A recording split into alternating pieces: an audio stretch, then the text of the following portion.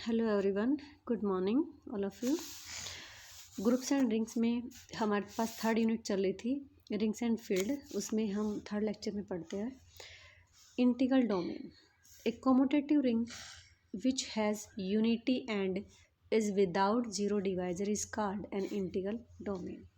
आपको पता है कम्यूटेटिव रिंग क्या होती है आपकी, कि ऐसी रिंग जो आपके पास क्या बने, कम्यूट करे अंडर किसके, मल्टीप्लिकेशन की। अगर कोई रिंग अंडर मल्टीप्लिकेशन के कम्यूट करती है विच has unity, that means multiplication की क्या चाहिए उसको, आइडेंटिटी भी चाहिए, अगर वो भी एग्जिस्ट करती है, and is without zero divisor. और विदाउट जीरो डिवाइजर का मतलब क्या था, कि विदाउट जीरो डिवाइजर का मतलब ये रहे हो कि ए बी का प्रोडक्ट अगर क्या आता है ज़ीरो, तो then A not equals to, या तो सॉरी आइदर ए ज़ीरो और क्या हो जाएगा आपका बी ज़ीरो। ठीक है, आइदर ए ज़ीरो और बी ज़ीरो हो जाएगा आपके पास। ओके, तो ऐसी commutative ring which has a commutative ring which has unity, मतलब रिंग कम्यूटेटिव प्रॉपर्टी को भी होल्ड करे, मल्टीप्लिकेटिव आइडेंटिटी भी रखे, और वो क्या बने, विदाउट जीरो डिवाइजर भी बने, तो ऐसी रिंग को हम क्या कहेंगे, इंटीग्रल डोमेन कहेंगे। ओके, हमने इसमें कुछ नहीं पढ़ा, बस चीज़ें जो थी इधर उधर से मिला के एक रखा है और उसको नया नाम दिया है, सिर्फ इंटीग्रल डोमेन। क्योंकि रिंग को आपको पता है कि 8 कंडीशन करते हो आप, 5 तो किसके लेते हो, अंडर एडिशन लेते हो, आपकी मल्टीप्लिकेशन के अंडर आप क्या लेते हो, क्लोज्ड लेते हो। ओके, उसके बाद आप एसोसिएटिव ले लेते हो और डिस्ट्रीब्यूटिव। अब मैंने क्या बताया, इसकी तो पांचों पूरी हो गई, लेकिन इसमें अगर इनको भी हम आगे बढ़ाते हैं, कम्यूटेटिव डाल देते हो तो कम्यूटेटिव रिंग हो गई। अगर वो अपना आइडेंटिटी एलिमेंट एग्जिस्ट कराती है तो unity element with unity element हो जाएगी। ओके, और अगर आपके पास कह रहे हैं कि विदाउट इन जीरो डिवाइजर, मतलब दो एलिमेंट का प्रोडक्ट आपका जीरो आए तो either one of them zero. ठीक है, तो क्या कहोगे, उस रिंग को इंटीग्रल डोमेन कहोगे। ओके, आपके पास जेड क्यू आर एंड सी जो है वो सभी क्या है, इंटीग्रल डोमेन्स हैं। ओके, अब इन डिवीजन रिंग या फिर स्क्यू फील्ड, तो डिवीजन रिंग या फिर स्क्यू फील्ड क्या होता है, a ring is said to be division ring और skew field if it has non zero elements form a group under multiplication. कि अंडर मल्टीप्लिकेशन मतलब रिंग कि रिंग में आपने मल्टीप्लिकेशन की सभी प्रॉपर्टीज़ को होल्ड नहीं किया, आपने सिर्फ क्लोजर को और किसको लिया, एसोसिएटिव को लिया। ओके, आपने बाद में इसको नया नया नाम देते गए, अगर कम्यूटेटिव होता है तो कम्यूटेटिव रिंग, और यूनिटी एलिमेंट रखता है तो विद यूनिटी एलिमेंट। लेकिन रिंग के लिए तो आपने मेन ये 3 ही प्रूव किया इसके साथ। अब कह रहा है कि आप एक रिंग को क्या कहोगे, डिवीजन रिंग कहोगे।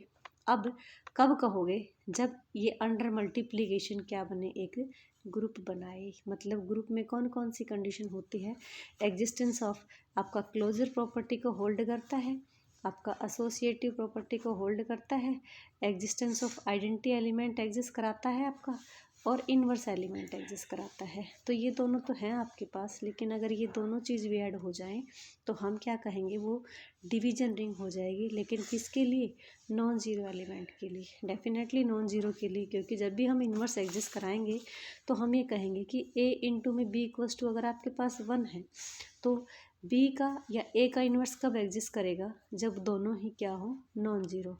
1/b, अगर आपके पास b क्या हो, नॉन जीरो एलिमेंट हो, तब जाके वो क्या करेगा, अपना इन्वर्स एग्जिस्ट करेगा। तो डिवीजन रिंग की डेफिनेशन समझ में आ गई कि नॉन जीरो एलिमेंट के अंडर अगर वो अंडर मल्टीप्लिकेशन वो आपका किस क्या बनेगा, ग्रुप बनता है, तो वो डिवीजन रिंग कहलाती है। अब आता है आपका field. A field is a commutative division ring. Commutative division ring मतलब अभी आपने डिवीजन रिंग पढ़ी, और डिवीजन रिंग में क्या पढ़ा कि अंडर मल्टीप्लिकेशन ग्रुप बन जाए, मतलब ये चारों कंडीशंस को होल्ड करे, और अगर इसमें हम क्या डाल दें, कम्यूटेटिव भी डाल दें। ओके, अब देखिए गाइस कितने कंडीशन हो गए, 5 हो गई इसकी, 5 मल्टीप्लिकेशन की, और एक हमने इसमें किसकी छोड़ दी है, डिस्ट्रीब्यूशन की छोड़ दी है। ओके, तो अगर कोई नॉन एम्प्टी सेट 11 कंडीशंस को फॉलो करता है। आपकी 5 कौन कौन सी अंडर एडिशन की देखिए, फिर से बता देती हूँ, अंडर मल्टीप्लिकेशन की और आपके पास एडिशन की भी। ओके, एडिशन और ये आपका मल्टीप्लिकेशन। तो क्लोज्ड होगा, एसोसिएटिव होगा, कोमोटेटिव होगा आपका, ओके, और आपका आइडेंटिटी एलिमेंट एग्जिस्ट कराएगा और इनवर्स एलिमेंट एग्जिस्ट कराएगा, ठीक है ना। और इधर भी आपका क्या होगा, वो क्लोज्ड भी अंडर मल्टीप्लिकेशन, एसोसिएटिव भी होगा, कोमोटेटिव भी होगा, आइडेंटिटी एलिमेंट भी एग्जिस्ट कराए, इनवर्स एलिमेंट भी एग्जिस्ट कराए और साथ में क्या रखे, डिस्ट्रीब्यूटिव प्रॉपर्टी, ठीक है। तो देखिए, जब इन 5 कंडीशन के साथ अगर आपका अंडर मल्टीप्लिकेशन ये पांचों भी होल्ड कर देता है तो हम क्या कह सकते हैं कि वो आपकी डिवीजन रिंग बन जाती है with non zero divisor, with non zero elements के साथ, क्योंकि नॉन जीरो एलिमेंट कहेगा तभी तो हमें मल्टीपल इन्वर्स मिलेगा, मल्टीप्लिकेटिव क्या मिलेगा आपका, इन्वर्स मिलेगा। अगर सारे नॉन जीरो एलिमेंट हुए तो ही आपके पास मल्टीप्लिकेटिव इन्वर्स एग्जिस्ट कराएगा, ओके।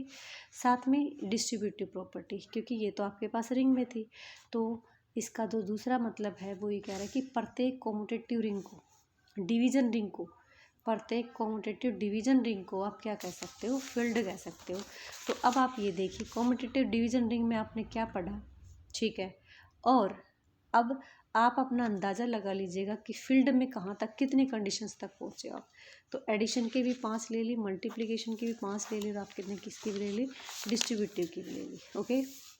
तो अनदर डेफिनेशन है आपके पास, let F be non empty set with at least 2 elements, कम से कम उसके पास 2 एलिमेंट तो ज़रूर हो, नॉन एम्प्टी सेट ना हो, equipped with 2 binary operation defined by addition and multiplication respectively, कि 2 आप ले ही रहे हो, रिंग के लिए भी 2 ले रहे हो, तो देन ये रिंग का ही आगे वाला रूप है कि रिंग में हमने थोड़ा सा और प्रोसेस कर दिया, उसके बाद जो मिला है वो हमें ये है। Then the algebraic structure F addition और multiplication is a field if the following properties are satisfy, कि आपके पास कोई भी नॉन एम्प्टी सेट लो अंडर मल्टीप्लिकेशन एंड एडिशन के, अगर वो कुछ एक्सियम्स या प्रॉपर्टीज़ फील्ड सेटिस्फाई कर देता है तो then you can say that it is a field, okay. तो अंडर एडिशन गाइज मैंने अभी अभी बताया कि आप क्लोजर प्रॉपर्टी लेते हो, एसोसिएटिव लेते हो, एग्जिस्टेंस ऑफ आइडेंटिटी लेते हो, एग्जिस्टेंस ऑफ इनवर्स लेते हो, तो वो यही चीज़ें आप पढ़ चुके हो, तो ये लोगे सब कुछ, ओके। कम्यूटेटिव भी लोगे। अब आपके पास आता है अंडर मल्टीप्लिकेशन, आपने इतने सारे सेट्स का अलग अलग नाम दिया, कभी commutative ring with unity element बोल रहे हो, कभी डिवीजन रिंग बोल रहे हो, कभी डोमेन इंटीग्रल डोमेन बोल रहे हो, तो वो सारा खेल किसके ऊपर है, सिर्फ मल्टीप्लिकेशन, क्योंकि एडिशन वाली तो बेचारी पहले भी 5 ही कंडीशन आ रही थी और अब भी 5, इनमें तो कोई छुट्टी पे रहा ही नहीं, तो रहा तो किस में से रहा, आपका मल्टीप्लिकेशन में से। तो मल्टीप्लिकेशन में कह रहे क्लोजर भी होना चाहिए आपका, और कम्यूटेटिव भी होना चाहिए, एसोसिएटिव भी होना चाहिए, एग्जिस्टेंस ऑफ मल्टीप्लिकेटिव आइडेंटिटी भी मिलनी चाहिए आपका, एग्जिस्टेंस ऑफ इनवर्स भी होना चाहिए आपका, और डिस्ट्रीब्यूटिव प्रॉपर्टी भी होनी चाहिए, ठीक है। तो अगर ये 11 कंडीशंस को सेटिस्फाई करता है, क्योंकि हमने तोड़ के सबको तो सीख लिया है, लेकिन अगर हम इन सबको एक साथ अप्लाई कर देते हैं तो कह रहे हैं कि वो आपका एक क्या बनेगा, फील्ड बनेगा, नया नाम दे दिया। एल्जेब्रिक स्ट्रक्चर एफ पल addition multiplication is a field, कह रहे कि इस टाइप का जो स्ट्रक्चर है अंडर एडिशन और मल्टीप्लिकेशन उसको फील्ड कहेंगे, कब, अगर वो अंडर एडिशन एबिलियन ग्रुप बने और इसके अबिलियन ग्रुप अंडर मल्टीप्लिकेशन भी बने, लेकिन किसको हटा के, जीरो में से, क्योंकि मल्टीप्लिकेशन में आपको क्या चाहिए, मल्टीप्लिकेटिव इन्वर्स भी तो चाहिए, तो आपके सेट में कोई भी एलिमेंट जीरो नहीं होना चाहिए, ठीक है, नॉन जीरो एलिमेंट रख रहा है ये, ओके। और अगर ये साथ साथ डिस्ट्रीब्यूटिव प्रॉपर्टी रखे तो भी आपके पास, तो ये आपके पास सारे मिलके क्या बनेंगे, कि फील्ड का काम करेंगे, ओके। तो नेक्स्ट फॉर्म कर लेते हैं, a commutative ring with unity is an integral domain if and only if cancellation law hold. देखिए इसका मतलब क्या है, क्या कहने की कोशिश कर रहा है कि आपके पास आर कोई भी रिंग है, एक commutative ring with unity, commutative ring with unity, आपके दिमाग में सब कुछ सेट हो गया कि कॉम्यूटेटिव रिंग है विद यूनिटी एलिमेंट, ठीक है ना, यूनिटी एलिमेंट के साथ, कि मल्टीप्लिकेशन की आइडेंटिटी रख रहा है वो, और कॉम्यूटेटिव प्रॉपर्टी को भी होल्ड कर रहा है, और is an integral domain. Integral domain कब बनता है? जब वो विदाउट जीरो डिवाइजर हो। तो इफ़ एंड ओनली इफ़ की कंडीशन में कि अगर ये सब कुछ वो होल्ड करता है, कोई भी रिंग ले ली हमने, तो वो कैंसिलेशन लॉ को भी होल्ड करेगी कन्वर्सली। और दूसरी तरफ अगर आप ये मान के चलते हो कि वो कैंसिलेशन लॉ को कोई रिंग होल्ड करती है, तो वो रिंग डेफिनेटली क्या होगी? कॉम्यूटेटिव रिंग होगी, यूनिटी एलिमेंट भी एग्जिस्ट कराएगी और इंटीग्रल डोमेन में भी जाएगी। तो सबसे पहले हमने ले लिया जिसने दिया था इसने कि आर हमारे पास, देखिए इसके स्टेटमेंट को समझिए, कह रहा है कि कॉम्यूटेटिव रिंग कि कोई रिंग है जो मल्टीप्लिकेशन की कॉम्यूटेटिव प्रॉपर्टी को होल्ड करती है, मल्टीप्लिकेशन की आइडेंटिटी रखती है और विदाउट जीरो डिवाइजर रखती है, सब कुछ है ये उसके अंदर, तो वो कैंसिलेशन लॉ को होल्ड करे वो रिंग। दूसरा पार्ट कन्वर्सली इसका अगर हम पढ़े कि कोई भी रिंग अगर कैंसिलेशन लॉ को होल्ड करती है, कैंसिलेशन लॉ को होल्ड करना गाइज जैसे ए इंटू में B equals to A into में सी, तो ये हमारा ये क्या है?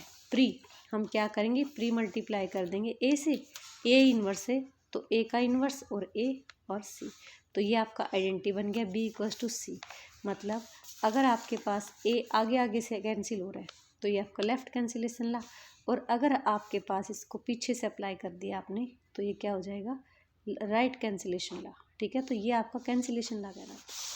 तो देखिए हमने कॉम्यूटेटिव रिंग ले ली विद यूनिटी एलिमेंट और सपोज कर लिया कि आर एक इंटीग्रल डोमेन भी है। अब हमें देखना है, चेक करना है कि प्रूव करना है कि ये आपके कैंसिलेशन लॉ को होल्ड करे। कैंसिलेशन लॉ को होल्ड करे मतलब आप कैसे भी अगर इस चीज़ को लेके चले, इसको सोल्व करने के बाद हमारे पास ये ए हट जाए पीछे का और बी इक्वल्स टू क्या हो जाए? सी, तो हम कहें कि कैंसिलेशन लॉ को होल्ड करती है। ठीक है, हमने 3 एलिमेंट लिए आर के, ए हमारा नॉन जीरो है और हमने लेके चले ए बी इक्वल्स टू ए सी। अब गाइज देखिए अगर आप इसका ए से ए कैंसिल कर देते हो pre multiply of A inverse करके और फिर बी इक्वल्स टू सी आ जाता है, तो हम क्या कह सकते हैं कि हमारा ये कैंसिलेशन लॉ को होल्ड कर रहा है। लेकिन हम ऐसा नहीं करेंगे, हम वो चीज़ों को यूज करेंगे जो इसने दी है। इसने क्या दिया है? इसने दिया है without zero divisor. Without zero divisor का नाम दिया है, तो इंटीग्रल डोमेन में जा रहा है तो इन सब चीज़ों का ही यूज़ करना है, हमें अपनी तरफ से कोई भी एक्स्ट्रा काम नहीं करना। तो ए बी सी बिलोंग करते हैं किससे? आर से, और ए हमने नॉन जीरो ले लिया। अब ए बी इक्वल्स टू ए सी लेके चले ओके। अब इसको इधर ले आए, ए बी माइनस का ए सी, ए कॉमन ले लिया, ए इंटू में बी माइनस का सी। तो देखिए since R is a integral domain, R हमारे पास क्या था? इंटीग्रल डोमेन था। तो आर इंटीग्रल डोमेन है तो इसका मतलब क्या है कि आर विदाउट जीरो डिवाइजर है। R without zero divisor, without zero की डिवाइजर की डेफिनेशन में आपने क्या पढ़ा कि दो का प्रोडक्ट अगर जीरो है तो वन ऑफ देम क्या होगा? जीरो। तो यहाँ पे देखिए ए इंटू में बी माइनस का सी इक्वल्स टू क्या है? जीरो। तो then one of them will be zero, A equals to zero either और बी माइनस का C equals to zero. But हमने स्टार्टिंग में कंसिडर कर रखा था कि ए जो है वो नॉन ज़ीरो है। ठीक है, क्योंकि ए नॉन ज़ीरो ले रहे हो एलिमेंट तो ए तो ज़ीरो हो ही नहीं सकता, तो आप क्या लेोगे? बी माइनस का सी इक्वल्स टू क्या ले सकते हो? जिसको ज़ीरो ले सकते हो। तो बी माइनस का सी इक्वल्स टू जीरो, तो this implies that B equals to क्या बन गया आपके पास? सी बन गया। तो देखिए हमने बिना कुछ किए, मतलब हमने अपनी तरफ से कोई एफर्ट्स नहीं लगाए, लेकिन जो क्वेश्चन में दे रखा था सिर्फ हमने उसी चीज़ का यूज़ किया। इसने कहा इंटीग्रल डोमेन है तो हमने इंटीग्रल डोमेन का ज़रूर यूज़ किया, लेकिन वैसे हमने किसी भी मतलब प्री या पोस्ट मल्टीप्लाई करके किसी भी एलिमेंट को हटाने की कोशिश नहीं की, और फिर भी हमारे पास बी किसके इक्वल आ गया? सी के इक्वल आ गया। ठीक है, तो देखिए क्वेश्चन को फिर से समझिए कि commutative ring with unity element बोल रहा है, और इन किस में ये क्या कह रहा है? आपके इंटीग्रल डोमेन है। तो ये सब चीज़ें हमें यूज़ करनी है कि इंटीग्रल डोमेन क्या होती है, विदाउट जीरो डिवाइजर है वो, कॉम्यूटेटिव रिंग क्या है।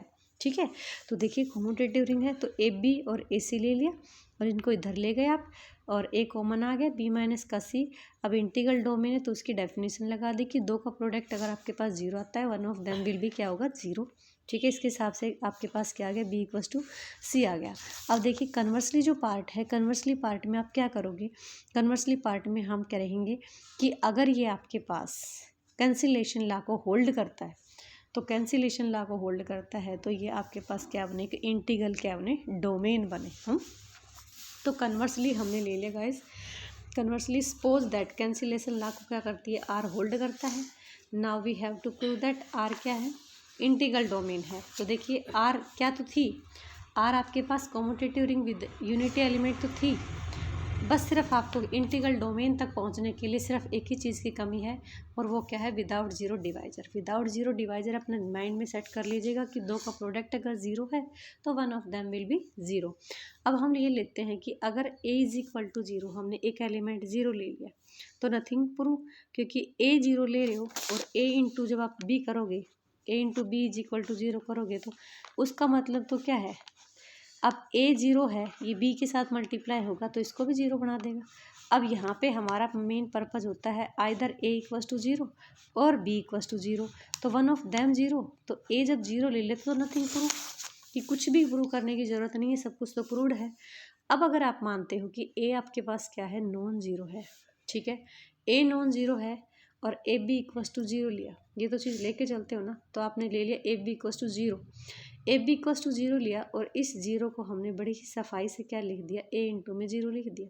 तो इसका मतलब क्या है कि ए तो नॉन जीरो था, लेकिन ये क्वांटिटी सारी जो है वो क्या आ रही है, जीरो। तो किसकी वजह से जीरो आ रही है, तो ये बाई किसकी वजह से जीरो आई होगी, या फिर आप कैंसिलेशन, सॉरी आपको ना कैंसिलेशन ला भी तो होल्ड करना है, तो कैंसिलेशन ला कि हमने इस जीरो को बड़ी सफाई से इस टाइप से लिख दिया, ए इंटू में ज़ीरो।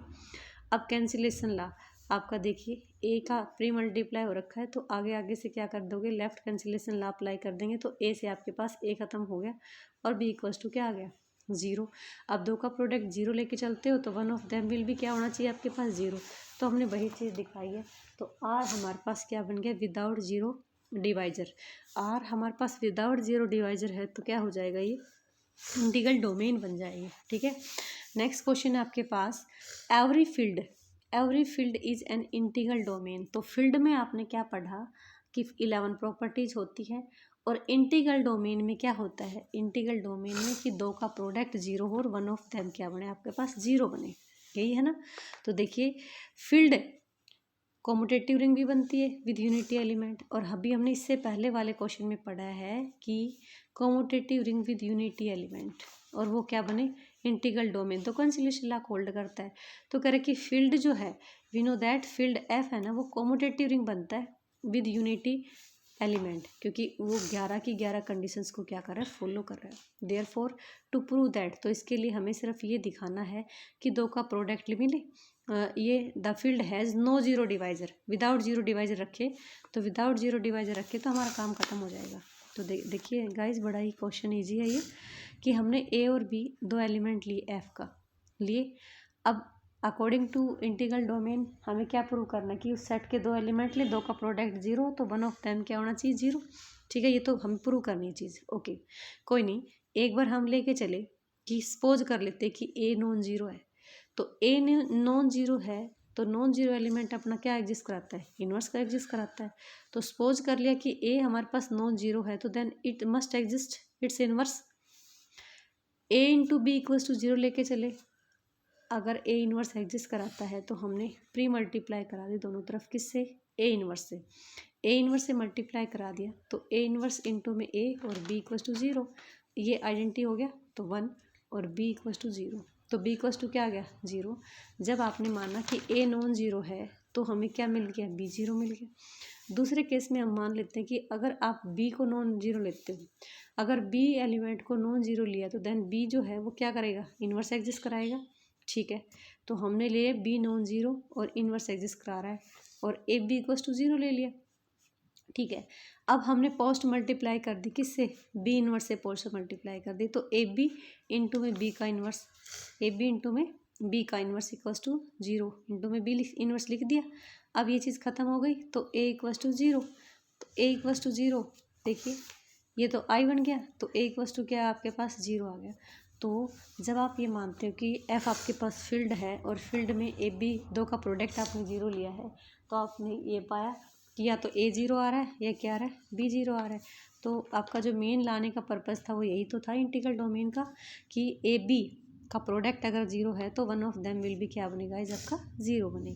तो thus a field has no zero divisor, तो फील्ड का क्या कहेंगे, विदाउट जीरो डिवाइजर है, क्योंकि इसे कंडीशन को सेटिस्फाई कर रहा है। तो hence every field is an integral domain but converse of the above theorem is not true.